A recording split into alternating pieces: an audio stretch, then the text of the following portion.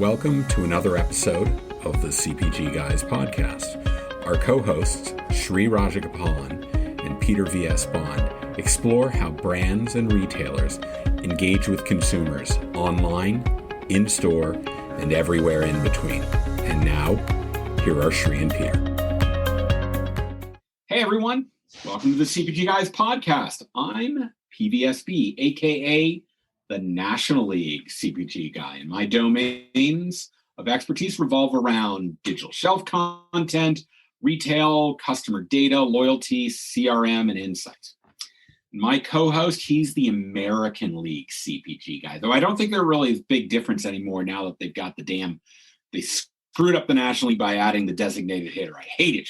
Anyhow, he's an expert at branding, direct-to-consumer enablement, unified commerce, retail media, and marketplaces. Please join me in welcoming Yankee-loving, the man with one name, Sri. Sri, how you doing? Peter, thank you so much. It's a pleasure doing this week over week with you. Hey, before we get to our guest, I want to remind our audience that all of our content, including our profitability series, the women leadership series that helped us raise $8,000 for the Susan G. Komen Foundation, our founder series from Q1 of this year, where we invited on a lot of founders of businesses. All that can be found at cpgguys.com. And Sri, what do we charge for that? I think it's free, right? We don't charge anything. Oh, wow, that's free, so that's good. And we talk about the fact that our podcast is rather audience-driven. So the way you can help us determine what we talk about and who we invite on is simply go to ratethispodcast.com/CPGguys and leave us a review. You can also leave us a rating, up to 5 stars, whatever you want. I'm a big fan of 5, but whatever you want to leave. All right. So let's get on to the main event. Let's get up to the plate here. Our guest today is the co-founder and COO of AnyRoad and author of Drink More Whiskey. Sri, I'm already happy. Drink More Whiskey. Bloody brilliant. He launched Drink Me magazine and was the producer at Open Content Media. He co-founded AnyRoad as a platform to help brands measure their experiential marketing and brand homes. I know he works with a lot of the bourbon distillers on the trail down in Kentucky. Can't wait to talk to him about that. He's the COO, and he works closely, as I said, with not only some of the Bourbon Trail brands, but Anheuser-Busch, Diageo, and even brands like Tabasco, because you need that when you make it a Bloody Mary. So absolutely good stuff. Please join us in welcoming Daniel Yaffe. Daniel, welcome to the CPG Guys podcast. Did I pronounce your name right? I forgot to ask. You did. No, that's perfect. Rhymes with coffee. That's great. Okay, great. Thank you so much for having me. Really wonderful to meet you guys, and excited to jump in.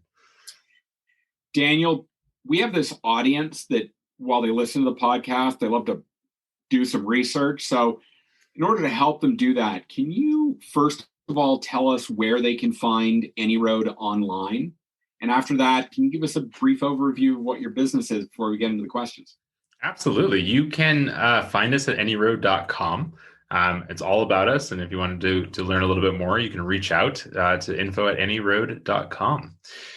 We are spearheading a category of experience relationship management. So we are a B2B enterprise SaaS platform for brands to measure and scale their branded experiences. So as Peter mentioned, we work with a lot of the Bourbon Trail, a lot of Scotch brands as well, and other brands like Dick's Sporting Goods, Michael's Arts and Crafts. So we also work with the retail, but we'll focus on CPG for today. That's great. I'll tell you that in addition to our appreciation for American whiskey, particularly of the bourbon variety, Sri and I are connoisseurs of single malt Scotch. I'm particular to Islay. I like my malt very peaty, but that's for another story. So thank you for that. Thank you for that, Daniel. Let's kind of get to the questions now. Yeah, absolutely. So, what the heck is a Bay Area guy like you doing on the Kentucky Bourbon Trail? I mean, in other words, what inspired you, first of all, to write the book about American whiskey? And the question that I love to ask is all American whiskey bourbon? Great questions. So I did publish a magazine all about beer, wine, and cocktail and spirits for a long time. And then that led into a publisher approaching me saying, hey, how about a book? Had a lot of really fun ideas about traveling the world and drinking. And they came back at me and said, how about a book about whiskey? And I said, I will absolutely do that for you. So I went out and traveled, spent a lot of time in Scotland and Ireland, as well as Kentucky and Tennessee and Japan, researching way more than anyone needs to know about whiskey in order to step back and say, let me tell you the stories. Let me tell you the basics. Let me tell you what is most important. And absolutely not all American whiskey is bourbon. In our fine country, we've got single malts, we've got Tennessee whiskey, we've got a lot of really creative things going on as well. Before I let Sri ask his next question, a follow-up, is there any legal requirement related to qualifying as a bourbon? Absolutely. So it does have to be made in the United States. It's got to be made with majority of corn. So all whiskeys are made with some cereal grain. So it'll have to be 51% more of corn. And it's got to be aged in new oak barrels for at least 2 years. But there is bourbon federal government law, right? There's government like a federal law. Government law, the Bourbon Act. Absolutely. This was these were the back in the day, the woodworkers basically wanted to keep their trade. So they had unions that were pushing and making sure that it was included in the law. But we do have amazing bourbon being made in, I believe, virtually every state right now, which is amazing. So you've written a book about American whiskey. You're on the Kentucky Bourbon Trail, and then you live in the Bay Area. And we just had a conversation about all American whiskey bourbon and how there's legal issues around making sure it's made in the USA. What does that have anything to do with the gap in the industry that had you start up AnyRoad Marketing? Yeah, absolutely. So the book is actually about whiskey worldwide, with a big section on American whiskeys. What's interesting is while writing the book, I was in and out of literally hundreds of distilleries. Amazing ones. Sometime we'll sit over a drink in person. I'll tell you some crazy stories. But when I was particularly in Scotland, there was one day I was over actually in Islay at Lafroig, cutting peat in the field. Had an amazing, really transformational experience. And I can tell you, before going there, before doing the research, I was not in love with peaty whiskeys. Fell in love with the brand. Right. And I left that day. I took a tour, did a tasting, cut the peat in the field, and I left realizing that Lafroig had no idea who I was. Lafroig literally did not know if I drank whiskey or if I liked their brand or if I was an aficionado and drank their brand all the time. And I thought, this is absolutely nuts. There's a gap here. There's something missing. Lafroig is owned by Beam Suntory, big global brand. They're investing heavily into the experience. They're investing into having people there, insurance, tour guides, tastings, all of that. And yet there was no understanding of how that actually impacted me as a consumer. So I put my head together with my brother, who at the time was actually over at Red Bull, very experience-based company. Same kind of thing. They had no idea how to understand its impact. And we thought there's got to be a better solution here. And so we set out to build AnyRoad as a platform for these brands to measure and optimize these experiences. From your perspective, what is experiential marketing, and how do you actually curate these experiences for brands? Great question. So experiential marketing or experience-based marketing is any marketing that is engaging with, generally we say, more than two senses, right? So pre-pandemic, we'd probably define this a little bit differently, but we've realized that sometimes this is actually through video, that you're actually doing something. It's aside from media where you're just watching and you're actually engaging. So you can think of tours, tastings, classes, events. A lot of brands are getting really creative. It's participatory, right? So you're actually participating in the marketing itself. Great. So the brands come to us. They're generally actually running the experiences themselves. So we're the technology behind them. So what does that look like? Well, Diageo right now is exploding, post-pandemic with their Scotch distilleries in Scotland. They're opening up the Johnny Walker experience, and they're building and crafting these sometimes with agencies, understanding with an idea of what's going to resonate with consumers. We're the technology behind it. So we're there actually powering the experience, gathering data about these consumers, and ultimately how it's impacting them, their lifetime value, their brand perception, and understanding that context so they can actually optimize the experience in person. Let's talk about relationship marketing and consumers.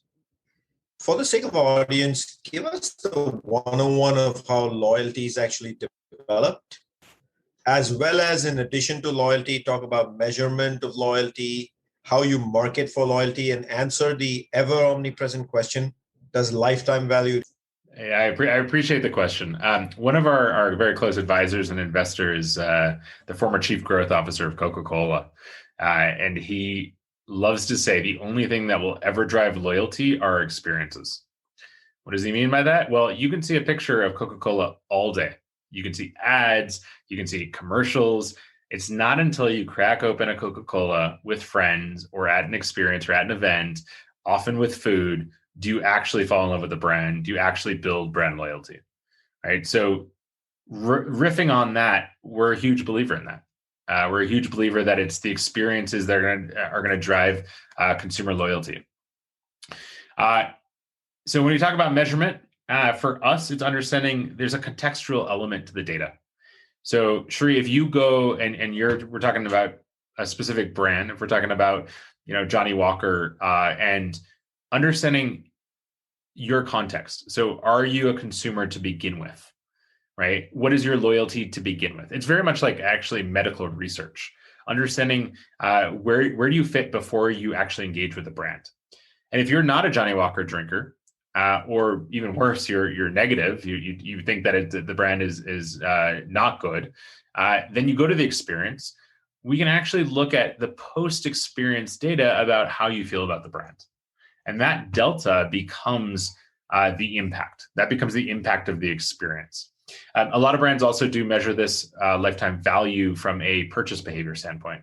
So one of the things that our platform does for a lot of brands we work with is understand the contextual data around how often you drink a product. So if we're talking about Lefroy, we'll go back to Lefroy. How often are you drinking it before you actually go to Scotland, cut peat in the field? And then when you go home, how often are you drinking it and actually seeing that uplift? Lifetime value is absolutely real. I think a lot of companies have done this really well. There are a lot of technology companies like Apple, and they've actually tied it to Net Promoter Score as well. So you can start to identify how much of a brand promoter you are, how much you spend with the brand. In the CPG world, it's a tough world. It's competitive. A lot of brands are trying to take market share away from each other. And so I think CLTV is incredibly important. Let me ask Peter a question. Black label blended Scotch whiskey, Peter. Is it in your favorites list? That's a great question, Shri. My mother has always consumed Scotch and soda, and she uses Johnny Walker Black. I've always been a single malt person. I tend to stick with, as I said, Isla malts. There are a couple of I'm not a big Highland. I don't tend to like the sweeter whiskeys. I tend to like the peatier whiskey. So it is mine. I can tell you one of my favorite whiskeys is actually not made in Scotland, nor is it made in Japan. I'm sure Daniel knows of this one. On Cape Breton Island in Nova Scotia is Glen Breton, Canada's only single malt distillery. I love their not only their flagship, but I love their maple flavored single malt. So also great. But yes, I tend to be of one class. That's just me. But in any event, so let's get back to American whiskey for a second. I hear, Daniel, that even on the bourbon trail, whether you're on the classic trail, maybe even on the more recent craft trail, you can actually collect data during an experience, and that can help curate innovation for these brands. Is this really true? And how does that work? And what kind of observations have you made that have changed the insights for these big manufacturers? Yeah, great question. We do work with the vast majority of the bourbon trail. they're using us. And again, they're using us to capture data on consumers. It is often, but they're understanding consumer behavior, who they're attracting. So very similar to my story at Lefroy, brands are now able to see, well, who's new to the brand, who's maybe come in because they absolutely love bourbon, or maybe who's coming because they're going to a bachelor party and they actually don't drink. So understanding that context. One of the things about our platform is we're actually pulling in qualitative data. So after you, Peter, go to a distillery, have an experience, we're actually opening up for qualitative feedback. And what we're doing is we're actually running that through natural language processing, understanding the analysis about what's actually impacting your perception of the brand. So if you went to Four Roses and had an amazing experience, we can actually pull out insights about, it was the tasting of the different yeast strains, like that really drove your brand perception of Four Roses. So really understanding, well, what is it about these experiences? And a lot of the brands we work with will start to see some negative or things that are slipping and be able to actually amend the experience and iterate along the way. Before I offer this to Shri, could I ask you one more on that negative feedback? Because when I'm not doing a podcast, I'm in the ratings and reviews business. Oh, awesome. How do you find brands react to negative feedback? Are some of them kind of, I want to cover my ears and I want to ignore it, or do they see that as more of a gift to help them improve the product, the experience, what have you? Yeah, that's a great question. I think it depends on their maturity when it comes to experiential. So I think that one thing that we do see is a lot of agencies don't want to measure. They don't want to see the outcomes. Because we sometimes say that a lot of brands, I would say particularly agencies, measure with the 3 I's. One is intuition, right? If Peter is drinking Jim Beam, that's great. That means he loves it. Image is actually that picture of him. Intuition is we know it works. Image, and the third one is impressions, right? So people tweeted about it. Okay, great. Is that good? Is that bad? What does that mean? What's the context of that? So some brands really don't want to measure. We generally don't work with them, right? We're working with brands that really understand, have a maturity model around experiences. What's fascinating though is if you go to a distillery and have an amazing experience, that's wonderful. There's an uplift. If you are a brand champion, right? Say you go to the Bullet's new distillery and you love Bullet and you show up and you have a horrible time, your lifetime value may very well decrease and they might lose a consumer for life. One of the problems and some of the education that we're doing for a lot of brands that we work with is it's not about the $10 that somebody spends on a ticket. That's great. If you can collect it and it brings value to the experience. But if Peter goes and has a horrible time, you're going to lose that a consumer for life, and he might even go out and tell other people who love Bullet, don't worry about it.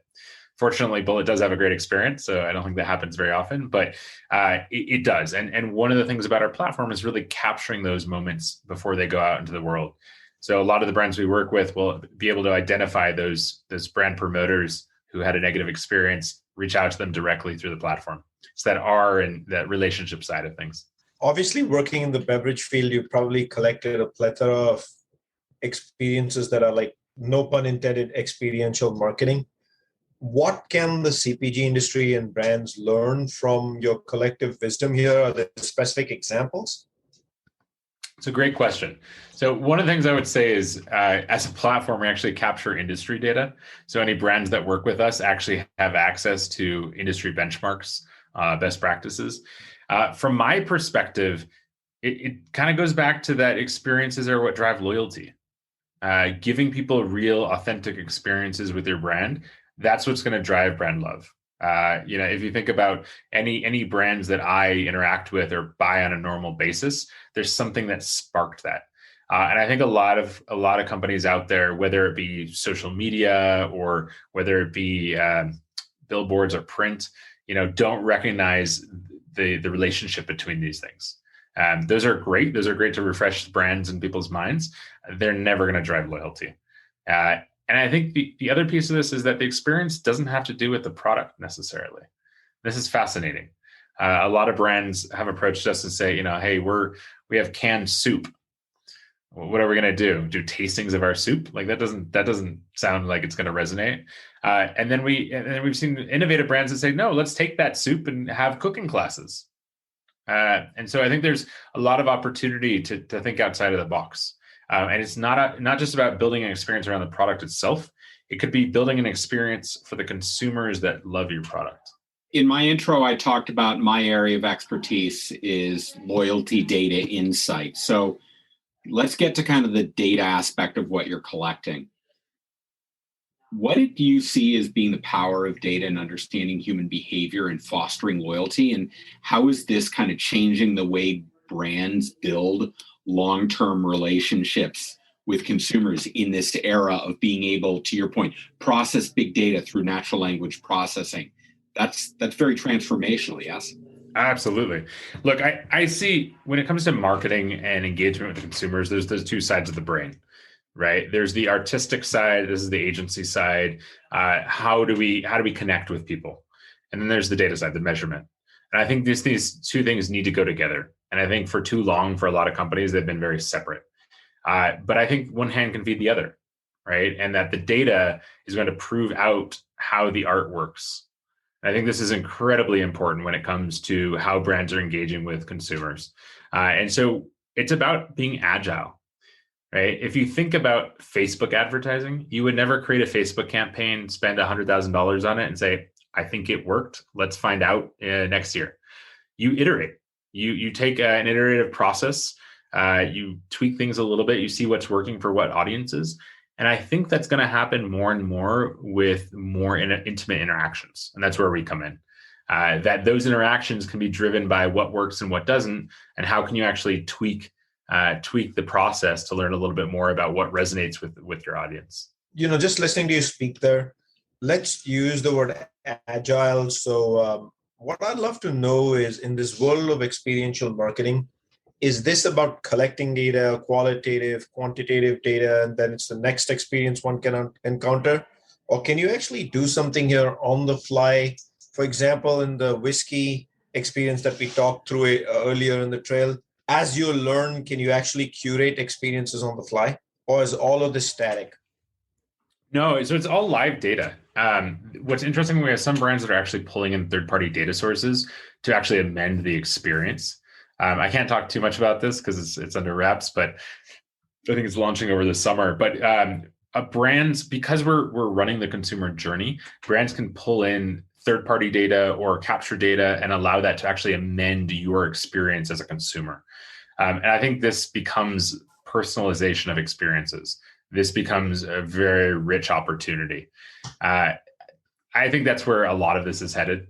I think that having that live data, doing that in that agile way. And the other piece of this is thinking about experiences in an agile way. That if you have somebody, say a tour guide at a distillery, or let's say like bigger scale, you have got all these agencies that are actually building experiences and running experiences. The minute that you see there's something negative, that agency can pivot a different way. That agency can say, what's not working. Whatever it is, the music at our venue is not resonating with people. One of the beautiful things is that we're working with a lot of brands that have a tremendous number of agencies that don't have visibility into the impact those agencies are making. Right, and this is in a big way. So we could talk about the distilleries, as like a one experience, a brand home that doesn't go anywhere. Agencies have to be agile, right? They need to go that direction because they're spending budgets. Everything's happening in real time. And using our platform, a lot of these brands are able to understand what the agencies are doing, what's effective and what's not, and actually direct them or even direct their budgets in different ways. To our audience, want to remind you that all of our content is always available free of charge. Just go to cpgguys.com. We've got over 80 episodes in audio podcasts. We've got a list of our favorite podcasts that Shri and I listen to when we don't listen to ourselves talk. All of that's available at cpgguys.com. Please do leave us a review at ratethispodcast.com/cpgguys. So we know what you want us to talk about in the future. Daniel, Yaffe, this was a tremendous conversation. This is right up our alley. We loved it. it's not only about a passion we have extracurricularly, but about the space that we talk about in this podcast every day. I'll put in the liner notes of the podcast link to AnyRoad and your LinkedIn profile. But for those listening, can you remind them of the URL of AnyRoad? Yes, it's AnyRoad.com. That's easy. Yeah, that's good. Very easy. And as a bonus, if you do want to learn about whiskey, it's just drink more whiskey. You can find it on Amazon or anywhere. I will put a link to the book on Amazon, also in the liner notes of the podcast. Let's hope we sell you billions and billions of episodes of publications of the book. That's great. Shri, what'd you think? Good stuff? Awesome. Thank you so much, Daniel, for joining us today. And Peter, thank you to you as always. Thanks, Shri and Peter. Appreciate it. All right. And to our audience, thank you for joining us. We look forward to having you on the next episode of the CPG Guys podcast. Thanks.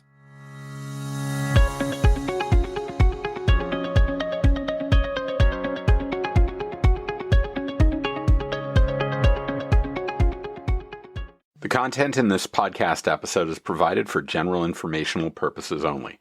By listening to our episode, you understand that no information contained in this episode should be construed as advice from CPG Guys LLC or the individual author, hosts, or guests, nor is it intended to be a substitute for research on any subject matter. Reference to any specific product or entity does not constitute an endorsement or recommendation by CPG Guys LLC.